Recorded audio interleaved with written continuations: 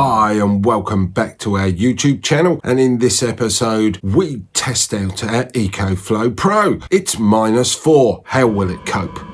Before we get into the actual Ecoflow, I must apologise. There is a lot of sawdust all over the display of the Ecoflow, which makes it difficult to actually observe. I work full time. I also have been trying to get Buster ready for sale on the account of that's going to actually fund the conversion for the ambulance. So the back of the ambulance is a bit untidy.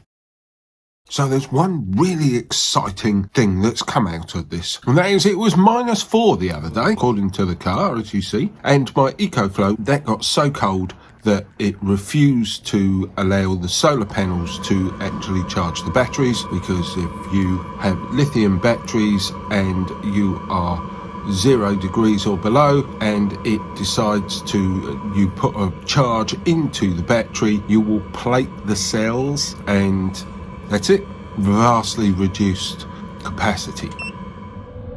I was very impressed with my Ecoflow that the car was registering -4 and the Ecoflow was refusing to allow the solar panels to actually charge its batteries, which means it's got a low temperature cutoff, which is a good thing.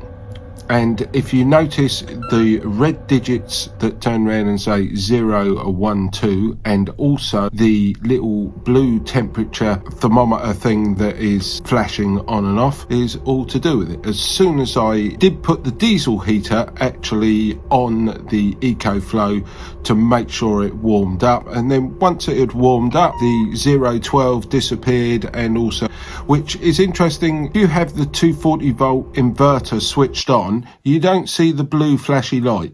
Once you turn it off, it starts flashing.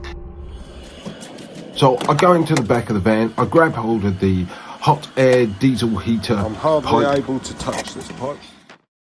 Pull it out of the cab and place it actually in the loading bay near where the Ecoflow is, mainly to try and get the low temperature disconnect to reconnect the solar panels so that it can charge.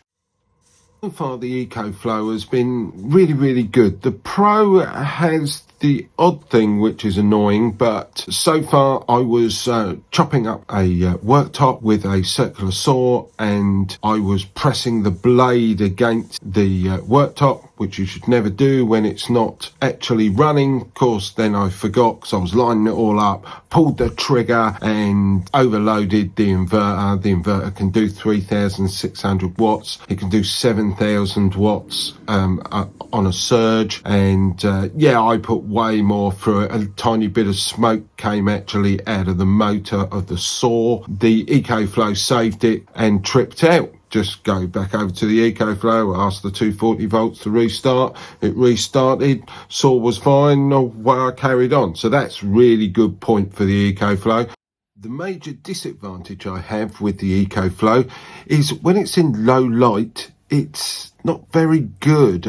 Buster is producing like 20-30 watts and the Ecoflow isn't charging at all. Considering Buster's got 500 watt solar panel array on it and the Ecoflow's got 1500 watts, I thought it was pretty bad. But I'm going to do another video on that later on, finding out the exact threshold of voltage, because I have these ideas of if the solar panels are at a certain voltage, they can charge the 12 volt batteries directly, and as soon as it goes over a certain voltage that it will switches back over to the Ecoflow. But I don't know yet. It depends if it's really worth it. But charge is worth it when you're in the winter period and you desperately need that watt.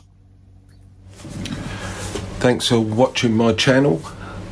Please give me a thumbs up and subscribe. It's completely free.